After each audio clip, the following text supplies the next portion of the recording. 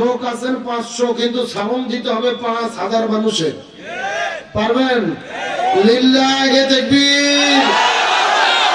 60% হলো, এখনো 40% বাকি আছে। সবাই একটু গোলা কাকার দেন তো দেখে। লিল্লাহি তাকবীর। আলহামদুলিল্লাহ। এই শব্দ কি শেষ পর্যন্ত থাকবে? ইনশাআল্লাহ থাকবে তো ইনশাআল্লাহ। আমি দেখলাম রাস্তাঘাটে দোকানপাটে অনেক লোক ভিড় জমাচ্ছে। কেউ চা খাচ্ছে, কেউ ফ্রি ফায়ার গেম খেলতেছে, কেউ রাস্তাতে আড্ডা মারতেছে। আমি এদেরকে অনুরোধ করে বলি, কোরআনের মহব্বতে কোরআনের মাহফিলে চলে আসেন। আপনাদের প্রশ্ন করতে চাই, জামালপুরের ভাইরা, আপনারা কি তরমুজ চেনেন? তরমুজ কথা কন ভাইরে। আমি কিন্তু অন্য ধরনের বক্তা, আমি ওয়াজ করবো আর আপনারা ঘুম পারবেন এই সুযোগ নেই। আমি যতক্ষণ ওয়াজ করবো আমার সাথে আপনাদেরও ওয়াজ করা লাগবে। পারবেন? তরমুজ চেনেন? আচ্ছা, আপনারা কি তরমুজের ভেতরে লাল খান না বাইরে সবুজ ঝুল্লি খান? ভেতরে লাল খান। তার কারণ মজা কার ভেতরে? লালের মধ্যে। তাহলে কোরআনের মাহফিলে এসে রাস্তাঘাটে ঘরে যারা, চায়ের দোকানে আড্ডা মারে যারা, মনে করবেন তরমুজের ঝুল্লি খাওয়া পার্টি তারা। আরো জোরে বলেন। আরে মজা বুঝতে গেলে ভেতরে ঢোকা লাগবে। ওই বাইরে রাস্তায় দাঁড়িয়ে মজা পাওয়ার কোন সুযোগ। আমরা দোয়া করি আল্লাহ ওদের আসার তৌফিক দিক, বলেন আমিন। এরা খুবই সাদা শ্রোতা ভাই। আমার আগে বক্তা ডাকছে, উপস্থাপক ডাকছে, তাও এদের গাও গরম হয়নি। ওরা চিন্তা করছে বক্তার ওয়াজ যদি সাটে তাহলে ভেতরে ঢুকবো, না হলে বাড়িতে যে লিয়াপুরে শোবো। তাহলে খামাকাইদের ডেকে টাইম নষ্ট করার কোন দরকার আছে? এর চাইতে আমরা সাটিয়া ওয়াজ করি, ওদের ভালো লাগলে এমনি আসবে। কথা বলেন ঠিক কিনা? আরে ভাই, কোরআনের মাহফিলে চাইলে সবাই আসতে পারে না। আল্লাহ যাদেরকে কবুল করে একমাত্র তারাই আসতে পারে। আমার আগে ভাই বক্তব্য দিয়েছেন যে কোরআনের মাহফিল যেন তেন মাহফিল না, এটা হলো জান্নাতের বাগান। সুবহানাল্লাহ বলেন। এটা কিসের বাগান? আচ্ছা বলেন তো, এখানে আজকে আমি না এসে যদি মমতাজ আসতো, মমতাজের কনসার্ট হয়তো ফাইটে যায়, জোড়া দেওয়ার বুদ্ধি নাই, রূপ ভানে নাচে, কোমর দুলাইয়া ঝাঁকি হতো, ওই যুবকদের মাইক দিয়ে ঢাকা লাগতো। যুবকদের ভিড়ের ঠেলায় বুড়ো মানুষেরা বসার জায়গা পেত না। এই কথা বলেন। আপনাদের মমতাজের গানে ঢাকা লাগে না, জান্নাতের বাগানে আসার জন্য এত তেল মারা লাগবে কেন? এই কথা বলেন ঠিক কিনা? আমরা দেখতে চাই যে এরা পারে না, শয়তান পারে। জায়গাটা কি শেষ? তবে আজকে আলোচনা ভালো হওয়ার জন্য এই কয়টা শ্রোতাই যথেষ্ট, ইনশাল্লাহ বলেন। তবে আপনাদের কাছে আমার অনুরোধ, যেই কয়জন শ্রোতা আছেন পেছনে পুরো প্যান্ডেল ফাঁকা থাকা আমার কোনো আপত্তি নাই। পেছনে যেই ভাইরা গুলো বসে আছেন, মাঝে মধ্যে যাদের ফাঁকা জায়গা আছে একটু চাপ করে চাপ দিয়ে সামনের দিকে চলে আসেন তো দেখি। এই পেছনে মুরব্বি, ওই যে যারা বসে আছেন সবার সামনের দিকে চলে আসেন। এই যে ডান বামে যারা আছেন একদম আমার কাছে এসে বসবেন। আমি আপনাদেরকে সুন্নতি তরিকায় সালাম দিচ্ছি, আপনারা জবাব দেওয়ার চেষ্টা করুন। আসসালামু আলাইকুম ওয়া রাহমাতুল্লাহি ওয়া বারাকাতুহু।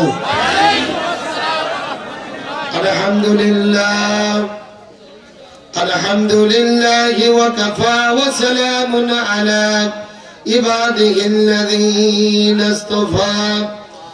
أما بعد ونعوذ بالله من شرور أنفسنا ومن سيئات أعمالنا. من يهده الله فلا مضل له ومن يضلله فلا هادي له. ونشهد أن لا إله إلا الله وحده لا شريك له. ونشهد أن محمدا عبده ورسوله. فقد قال الله تعالى في كلامه المجيد وفي فرقان الحميد. জবান করে সকলে পড়ি আউযু বিল্লাহি মিনাশ বিসমিল্লাহির রাহমানির রাহিম। ইয়া আইয়ুহান নাসু উবুদু ربكم الذي خلقكم والذين من قبلكم لعلكم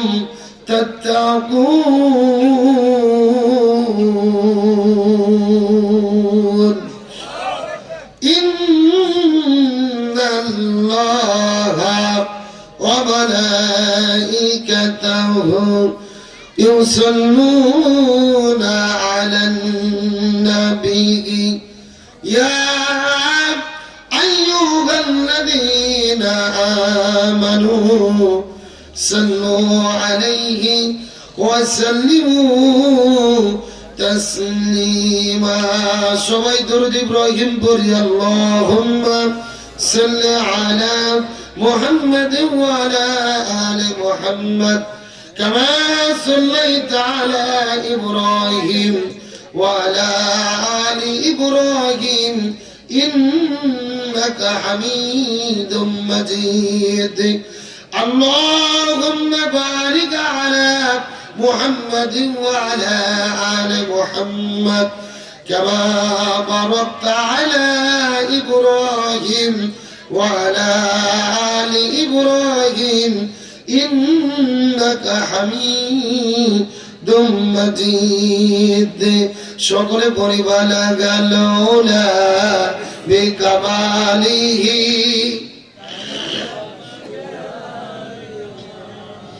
حسنت زمین کے صالح سنو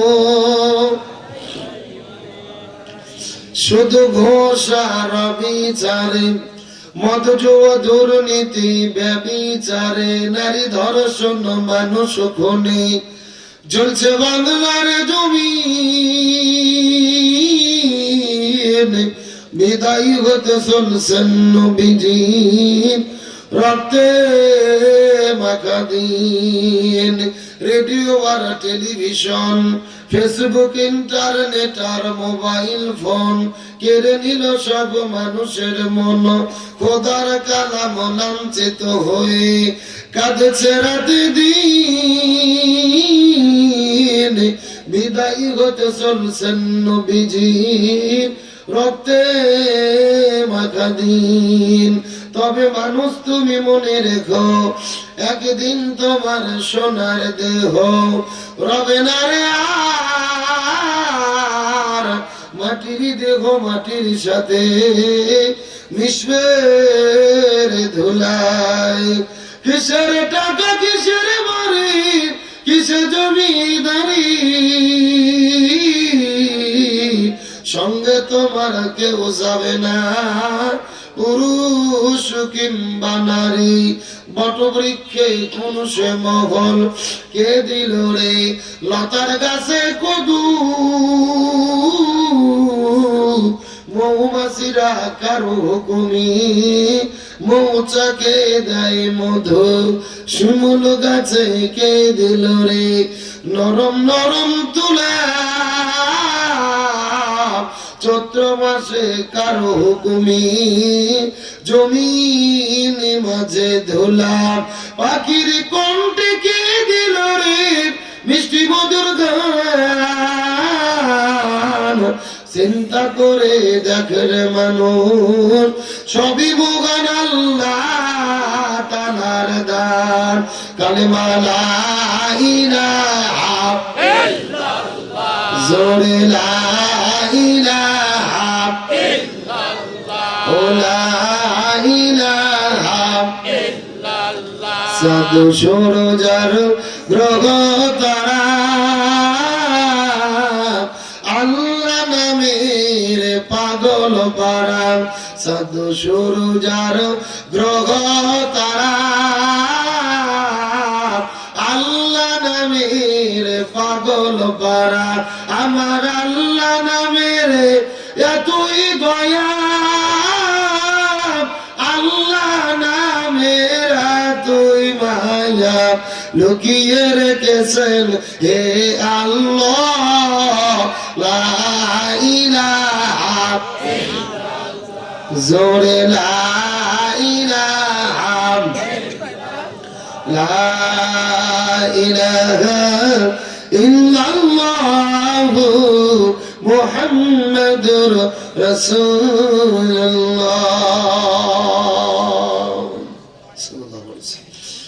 ইমানের পথে অবিচল থেকে আমার মরণ যেন হয়। আমরা ইমানের পথে মৃত্যু চাই কি চাই না? যদি চাই সবাই জবান খুলে আমার সঙ্গে একটু বলেন, ইমানের পথে অবিচল থেকে আমার মরণ যেন তোমারই কাছে মিনতি আমার, ও গো রহিম রহমান। ইমানের পথে অবিচল থেকে আমার মরণ যেন, মাশাআল্লাহ সবার সাথে, ইমানের পথে অবিচল থেকে আমার মরণ যেন, সকলে বলি আমিন। আলহামদুলিল্লাহ। পৃথিবীর মানচিত্রে প্রায় 2 শতাধিক স্বাধীন দেশের মধ্যে মুসলিম সংখ্যা গরিষ্ঠ দ্বিতীয় বৃহত্তম বাংলাদেশের ঐতিহ্যবাহী জামালপুর জেলার অন্তর্গত বকশীগঞ্জ থানায় পাখিমারা বাইতুস সালাম হাফিজিয়া মাদ্রাসা নুরানী কিন্ডারগার্টেন হাফেজ ছাত্রদের পাগড়ি প্রদান উপলক্ষে 2 দিন ব্যাপী ঐতিহাসিক তাফসীরুল কোরআন মাহফিল। আজকের মাহফিলের সম্মানিত সুযোগ্য সভাপতি মহান আল্লাহ সুবহানাহু ওয়া তাআলা যাকে সম্মানিত সভাপতির আসনে কবুল আর মঞ্জুর করেছেন, বকশীগঞ্জ খয়রউদ্দিন ফাজিল মাদ্রাসার সম্মানিত অধ্যক্ষ বিশিষ্ট আলেমে দ্বীন এলাকার সর্বাধন শ্রদ্ধাভাজন ব্যক্তিত্ব আমার প্রিয় বড় ভাই হযরত মাওলানা মুহাম্মদ রফিকুল ইসলাম দামাত বরকাতুহুম। আমরা সম্মানিত সভাপতির জন্য দোয়া করি, আল্লাহ তাআলা তাকে হায়াত তাইয়্যিবা সিয়াদে কুল্লিয়া দান করুক, সকলে বলেন আমিন। আজকের এই প্রোগ্রামের সম্মানিত উদ্বোধক আপনাদের জামালপুর জজকোর্টের সম্মানিত সিনিয়র আইনজীবী, বকশীগঞ্জ থানা বিএনপির সম্মানিত সুযোগ্য সহসভাপতি, এলাকার সর্বাজন শ্রদ্ধাভাজন ব্যক্তিত্ব প্রিয় ভাই অ্যাডভোকেট মোকাম্মেল হক সাহেব। আমরা সম্মানিত ভাইয়ের জন্য দোয়া করি, আল্লাহ তাআলা তাকে দ্বীনের জন্য ইসলামের জন্য কবুল করুক, বলেন আমিন।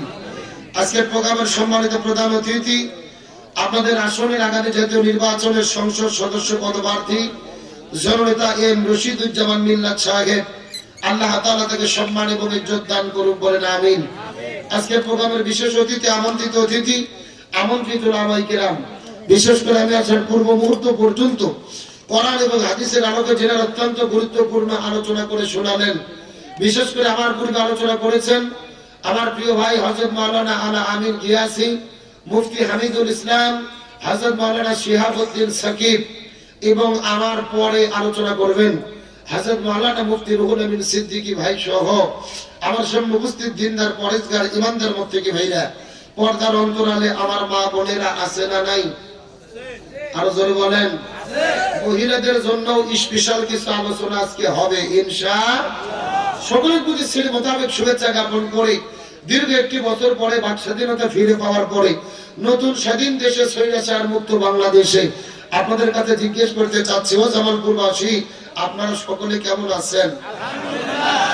আলহামদুলিল্লাহি রাব্বিল আলামিন। যে আল্লাহ তাআলা দয়া করে মায়া করে মহব্বত করে আরবের ঘুম থেকে পৃথক করে কোরআনের মহব্বতে জান্নাতের বাগানে আসার এবং বসার মতো তৌফিক দান করলেন, সে আল্লাহর প্রতি আপনারা খুশি না বেজার? কম না বেশি? যদি হয়ে থাকেন খুশি, মুখে নিয়ে হাসি, উঁচু করে কান্না চিৎকার করে পড়তেছে আলহামদুলিল্লাহ। আর জোরে বলি আলহামদুলিল্লাহ। রব্বানা লাকাল হামদ হামদান কাসীরান তাইয়িবান মুবারাকান ফীহি।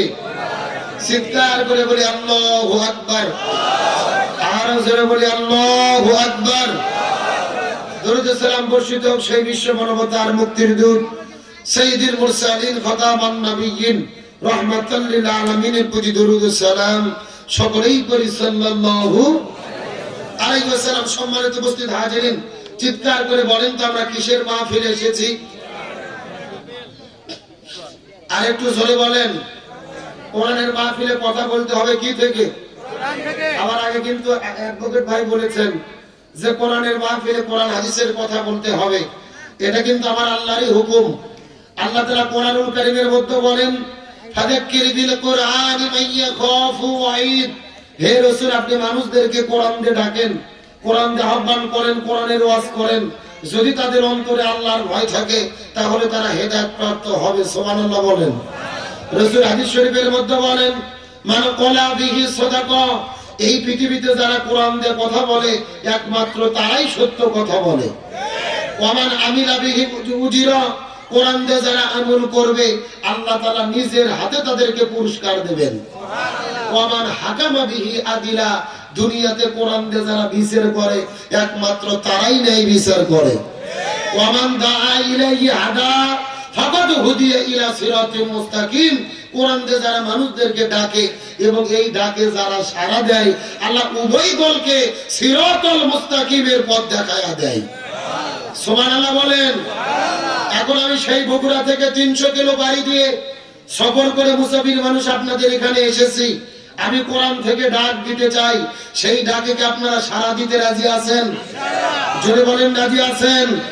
হে মুসলমান ভাইরা, গভীর মনোযোগ। কোরআনের ডাকে যদি সাড়া দিতে চান, তিরমিজি শরীফের হাদিস, রাসূল বলেছেন কোরআনের হক হলেন 4টি। এই 4টি হক যদি কোনো মুসলমান আদায় করে ওই কোরআন তাদেরকে সুপারিশ করে জান্নাতের ভেতরে নিয়ে যাবে। চিৎকার করে বলেন, হক কয়টা? আরো জোরে। জোর হলো না। 1 নম্বর কোরআন পড়তে হবে, 2 নম্বর কোরআন বুঝতে হবে, 3 নম্বর কোরআন নিজে মানতে হবে, আর 4 নম্বর হলেন কোরআনের বিধান জমিনে বাস্তবায়ন করতে হবে। গভীর মনোযোগ লক্ষ্য করুন। কোরআনের 4টে হক। আপনি কোরআন পড়বেন, আপনার কোনো বিপদ হবে না। আপনি কোরআন বুঝবেন, আপনার কোনো বিপদ হবে না। আপনি নিজে কোরআন মানবেন, আপনার কোনো বিপদ হবে না। কিন্তু যখনই কোরআন জমিনে কায়েম করতে যাবেন তখনই আপনাকে বিপদে পড়তে হবে। আপনার ইমাম, আমার ইমাম, 4 ইমামের এক ইমাম, ইমাম আবু হানিফা রাহমাতুল্লাহ আলাইহি যতদিন কোরআন পড়েছে তার কোনো বিপদ ছিল না। কোরআন তিনি বুঝেছে, তার কোনো বিপদ ছিল না। নিজে আমল করেছে, তার কোনো বিপদ ছিল না। যখন ইমাম আবু হানিফা বলেছেন কোরআন দিয়ে বিচার ফয়সালা করতে হবে, তখনই তাকে 2 বছর জেলে বন্দী রেখে তার শরীরের ভেতরে বিষ প্রয়োগ করে হত্যা করা হয়েছে। বিশ্বনবী মুহাম্মদ রাসূলুল্লাহ সাল্লাল্লাহু আলাইহি ওয়াসাল্লাম, রাসূল যতদিন কোরআন পড়েছে রাসূলের কোনো বিপদ ছিল না। রাসূল কোরআন বুঝেছে, রাসূলের কোনো বিপদ ছিল না। রাসূল নিজে কোরআন মেনেছে, রাসূলের কোনো বিপদ ছিল না। রাসূল যখনই বলেছেন জমিন যার, আইন চলবে তার, কোরআন দিয়ে রাষ্ট্র পরিচালনা করতে হবে, কোরআন দিয়ে বিচার ফয়সালা করতে হবে, তখন বিশ্বনবীজিকে 3.5 বছর জেলে বন্দী রেখেছে। তাকে শিব আবু তালিব নামক জেলে বন্দী রেখেছে। উহুদের ময়দানে দন্দন মোবারক শহীদ করেছে, তায়েফের ময়দানে রক্ত ঝরিয়েছে। 1 নয় 2 নয় 27 বার হত্যার টার্গেটের শিকার করা হয়েছে। শুধু বিশ্বনবী আর ইমাম আবু হানিফা নয়, এই বাংলাদেশের দিকে লক্ষ্য করে দেখেন, কোরআনের পাখি শহীদ আল্লামা দেলোয়ার হোসেন সাইদি যতদিন কোরআন পড়েছে তার কোনো বিপদ ছিল না। কোরআন বুঝেছে, তার কোনো বিপদ ছিল না। নিজে আমল করেছে, তখন তার বিপদ ছিল না। যখন আল্লামা সাইদি বলেছেন জমিন যার, আইন চলবে তার, কোরআন দিয়ে রাষ্ট্র পরিচালনা করতে হবে, তখন তাকে 13 বছর জেলে বন্দী রেখে হসপিটালে ভর্তি করে ইনজেকশনের সিরিজে বিষ ঢুকায়া আল্লামা সাইদিকে পরিকল্পিতভাবে হত্যা করা হয়েছে। তার মানে বোঝা গেল কোরআন পড়লে বিপদ হয় না, কোরআন বুঝলে বিপদ হয় না, কোরআন নিজে মানলে বিপদ হয় না, কিন্তু কোরআন কায়েমের আন্দোলন করতে গেলে বিপদ হয়। এখন আপনাদের প্রশ্ন করতে চাই, জামালপুরের মুসলমান, এই কোরআনের 4টে হক কি আমরা আদায় করতে রাজি আছি? জোরে বলেন, রাজি আছি? আজকে আজকের প্রোগ্রামের শুরুতে শপথ গ্রহণ করব, কোরআন পড়ব, কোরআন বুঝবো, কোরআন দিয়ে জীবন করব, কোরআনের বিধান জমিনে বাস্তবায়ন করতে গিয়ে প্রয়োজনে নিজের জীবনের সর্বোচ্চ বিলিয়ে দেব, তারপরে কোরআন ছাড়া হব না। কারা কারা রাজি আছেন দুটি হাত আল্লাহকে তুলে দেখান।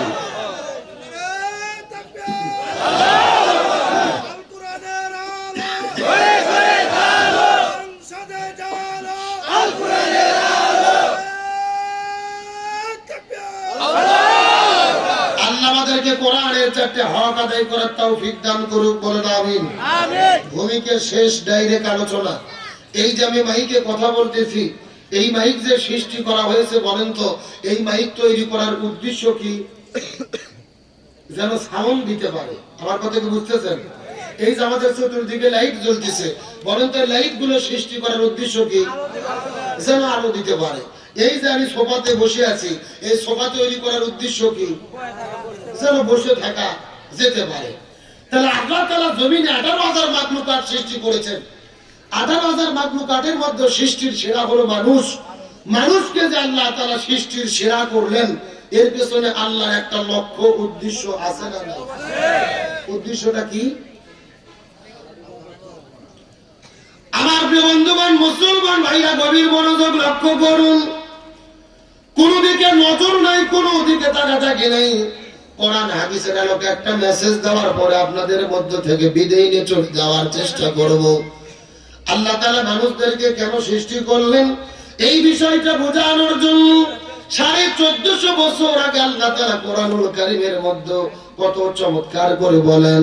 সূরা বাকারার 21 নম্বর আয়াতের মধ্যে আল্লাহ তাআলা বলেন, ইয়া আইয়ুহান নাসু উবুদু রাব্বাকুমুল্লাযী খালাকাকুম والذين من قبلكم لعلكم تتقون। আরো জোরে বলেন দিকে আল্লাহু আকবার। আল্লাহ রাব্বুল আলামিন বলে, হে পৃথিবীর মানুষেরা গভীর মনোযোগ, আমি তোমাদেরকে সৃষ্টি করেছি, তোমাদের পূর্ববর্তীদেরকেও আমি আল্লাহ তাআলা সৃষ্টি করেছিলাম যেন তোমরা আমি আল্লাহ আমার ইবাদত করতে পারো। তাহলে আমাদেরকে আল্লাহ সৃষ্টি করছেন কি করার জন্য? একটু জবান করেন, কি করার জন্য? এই সম্পর্কে আল্লাহ তাআলা কোরআনুল কারীমের সূরা যারিয়াতের 47 নম্বর আয়াতের মধ্যে বলেন, ওয়ামা খালাকাতুল জিন্না ওয়াল ইনসা ইল্লা লিয়াবুদুন।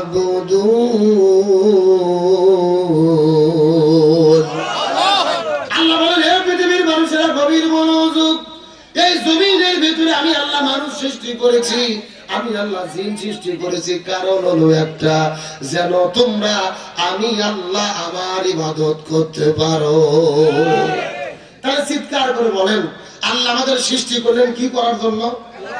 এই শরীর কোরআনের মাহফিল একটা ক্লাস, আমি যা বলি ভালো করে বোঝার চেষ্টা করেন। তাহলে আল্লাহ আমাদের সৃষ্টি করেছেন কি করার জন্য? আজকের আলোচনার সাবজেক্ট হলো ইবাদত কাকে বলে, ওহা কত প্রকার, কি কি, এবং আল্লাহর কাছে সবচাইতে প্রিয় ইবাদত কোনটি জানার দরকার আছে না নাই? এই গভীর মনোযোগ ভালো করে বোঝেন। বাংলাদেশের 90% মুসলমান, অধিকাংশ মানুষ জানে না ইবাদতের সঠিক ব্যাখ্যা কি। অধিকাংশ মানুষের ধারণা শুধু নামাজ রোজা হজ যাকাত ইবাদত, এর বাইরে আর কোনো ইবাদত নেই। ইবাদত যদি আমরা না বুঝি, আমাদের জীবনটা ধ্বংস হয়ে যাবে। গভীর মনোযোগ লক্ষ্য করুন। ইবাদত শব্দের অর্থ হলেন দাসত্ব করা, গোলামি করা, আল্লাহ এবং রাসূলের হুকুম মতো জীবন পরিচালনা করা। একেবারে সোজা কথা, এই কোরআনের মধ্যে আল্লাহ 1000 আদেশ করেছেন, 1000 নিষেধ করেছেন। প্রত্যেকটা আদেশ এবং নিষেধ মেনে চলার নাম হলেন ইবাদত। গভীর মনোযোগ, আল্লাহর প্রত্যেকটা হুকুম মেনে চলা, রাসূলের তরিকা মতো জীবন পরিচালনা করার নাম কি? আর জোরে বলেন। ইবাদত প্রধানত 5 প্রকার। জোরে বলেন কয় প্রকার? 1 নম্বর ব্যক্তিগত ইবাদত, 2 নম্বর পারিবারিক ইবাদত, 3 নম্বর সামাজিক ইবাদত, 4 নম্বর রাজনৈতিক ইবাদত, 5 নম্বর অর্থনৈতিক ইবাদত। এই জামালপুরের মুসলমান চিৎকার করে বলেন, ইবাদত প্রধানত কত প্রকার? আরো জোরে মুখস্থ করেন, কিছু শেখার চেষ্টা করেন। 1 নম্বর ব্যক্তিগত ইবাদত। ব্যক্তিগত ইবাদত কাকে বলে? আকিমুস সালাহ ওয়া আতুজ যাকাত, নামাজ কায়েম করো, যাকাত প্রদান করো। আল্লাহর কোরআন বলেছেন কুতিবা আলাইকুমুস সিয়াম, রমজান মাসে রোজা ফরজ করলাম, রোজা রাখো। ওয়ালিল্লাহি আলান নাসি হিজ্জুল বাইত, হজ ফরজ হলে হজ করো। এই যে নামাজ, রোজা, হজ, যাকাত, জিকির, তাসবিহ, এগুলোর নাম হলেন ব্যক্তিগত ইবাদত। এগুলোর নাম কি? এই গভীর মনোযোগ। 2 নম্বরে হলেন পারিবারিক ইবাদত। এখন মনের মধ্যে প্রশ্ন থাকতে পারে, হুজুর পরিবারের ভেতরে আবার ইবাদত কেমনে ঢুকলো? সন্তান পিতামাতার খেদমত করবেন, পিতামাতা সন্তানের হক আদায় করবে, বড় ভাই ছোট ভাইকে স্নেহ ভালোবাসা দেবে, ছোট ভাই বড় ভাইকে শ্রদ্ধা করবে, এগুলো হলেন পারিবারিক ইবাদত। কিন্তু একই পরিবারের 2 ভাই, বাপের জমি হলেন 10 বিঘে, ছোট ভাই পাবে 5 বিঘে, বড় ভাই পাবে 5 বিঘে, অথচ বড় ভাই 8 বিঘে নিয়ে ছোট ভাইয়ের 2 বিঘে দেয়। এরকম আল্লাহর ওলি আছে না নাই? আরো জোরে বলেন। প্রতি ওয়াক্তে নামাজ পড়ে, মাথার মধ্যে টুপি, মুখের মধ্যে দাড়ি, হজ করছে 6 বার, বোন জমি পাবে 5 বিঘে। একদিন বাড়িতে ডেকে এনে সোনা ময়না কলজে টিয়ে পাখি বলে 1 বিঘে জমি দিয়ে আর 4 বিঘে বাদ দেয়। এরকম আল্লাহর ওলি আছে না নাই? এই গভীর মনোযোগ ভালো করে বোঝেন। হক হলেন 2 প্রকার, হকুল্লাহ, হকুল ইবাদ। আপনি নামাজ পড়েননি, রোজা রাখেননি, হজ করেননি, যাকাত দেননি, আল্লাহর কাছে তওবা করেন, আপনি মাফ পেতে পারেন। কিন্তু আপনি বড় ভাই ছোট ভাইকে ঠকাইছেন, আপনি আপনার বোনকে ঠকাইছেন, আপনার নামাজ, রোজা, হজ, যাকাত যমুনা নদীতে ভেসে চলে যাবে, 4 আনা পয়সার কোনো কাজ হবে না। আপনি পরিবারের লোক একজন আরেকজনকে ঠকাইছেন, ছোট ভাই বড় ভাইকে ঠকাইছে, বড় ভাই ছোট ভাইকে ঠকাইছে, তার মানে বোঝা যায় পারিবারিক ইবাদত আপনি করতে পারেননি। 1 নম্বর ব্যক্তিগত ইবাদত, 2 নম্বর পারিবারিক ইবাদত, 3 নম্বর হলেন সামাজিক ইবাদত। জোরে বলেন কি ইবাদত? এখন মনে প্রশ্ন থাকতে পারে, হুজুর সমাজের ভেতরে আবার ইবাদত ঢুকলো কেমনে? গভীর মনোযোগ লক্ষ্য করুন।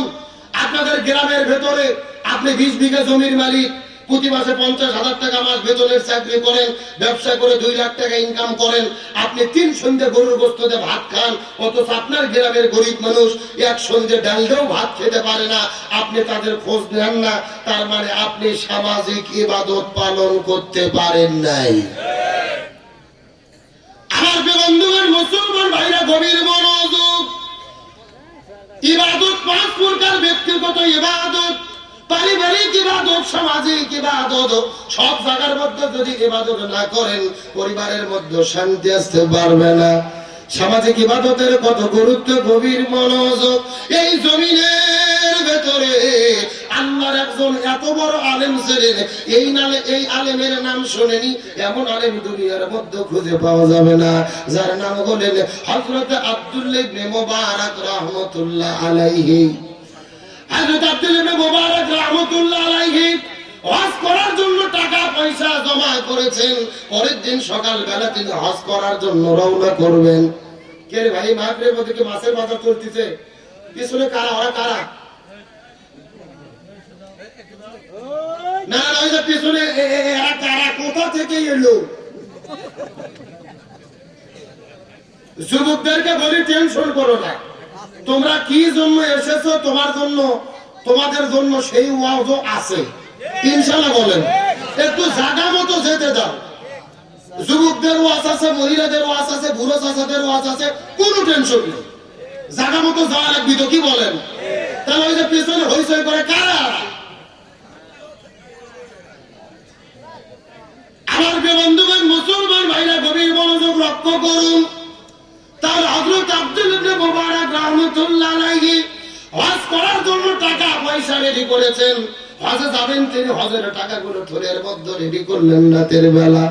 পরের দিনে সকালবেলা হজের জন্য রওনা করবেন, কিন্তু রাতের বেলা লক্ষ্য করে দেখা গেলেন ওই হযরত আব্দুল্লাহ ইবনে মুবারকের ছেলে হাউ হাউ করে কান্না করে করে এসে বাবার কাছে ডাক দিয়ে বলে, বাবা আমি আমাদের গ্রামের ভেতরে অমুক বাড়িতে গিয়েছিলাম, ওই বাড়িতে যাওয়ার পরে দেখি গরুর গোশত রান্না করতেছে, আমি গরুর গোশত খাওয়ার জন্য ওই বাড়ির মধ্যে গেলাম, কিন্তু তারা তোমাকে গরুর গোশত খেতে দেয় নাই, বরং দুর্ভাগ্যজনক ব্যাপার হলো আমাকে গলা ধাক্কা দিয়ে তাদের বাড়ি থেকে বের করে দিয়েছে।